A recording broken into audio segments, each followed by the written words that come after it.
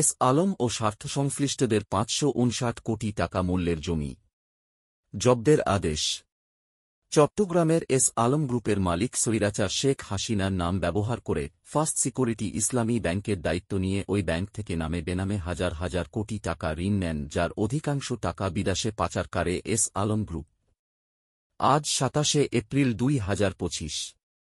ঢাকা মহানগর দায়রা জজ আদালত এস আলম গ্রুপের কর্ণধার মোহাম্মদ সাইফুল আলম ও তাঁর স্বার্থসংশ্লিষ্ট বিভিন্ন ব্যক্তির নামে থাকা আরও ৫৫৯ কোটি টাকা মূল্যের জমি জব্দ করার আদেশ দিয়েছেন আদালত।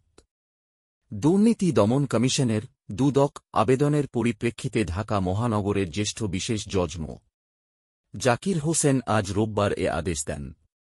দুদকের তথ্য অনুযায়ী চট্টগ্রামের বাঁশখালী উপজেলায় ৭২টি দলিলে কেনা ৫৫৯ কোটি টাকা মূল্যের জমি জব্দ করার আদেশ দেন আদালত। এর আগে দুদকের পক্ষ থেকে জব্দের আবেদন করা জমির তালিকা আদালতের কাছে তুলে ধরা হয়। আদালত শুনানি নিয়ে এস আলম ও তাঁর স্বার্থসংশ্লিষ্ট বিভিন্ন ব্যক্তির আরও স্থাবর সম্পদ জব্দের আদেশ দেন। এর আগে ৯ এপ্রিল এস আলম গ্রুপের স্বার্থসংশ্লিষ্ট আরও ৬৬টি ব্যাংক হিসাব অবরুদ্ধ করার আদেশ দেন আদালত। এসব ব্যাংক হিসেবে জমা থাকা অর্থের পরিমাণ ১৩৭৪ কোটি ৬১,৭৭,২২১ টাকা। সবার আগে সব খবর পেতে আমার ফেসবুক পেজটি ও ইউটিউব চ্যানেলটি সাবস্ক্রাইব ও ফলো করুন। ভালো লাগলে লাইক, কমেন্ট, শেয়ার করুন। ধন্যবাদ।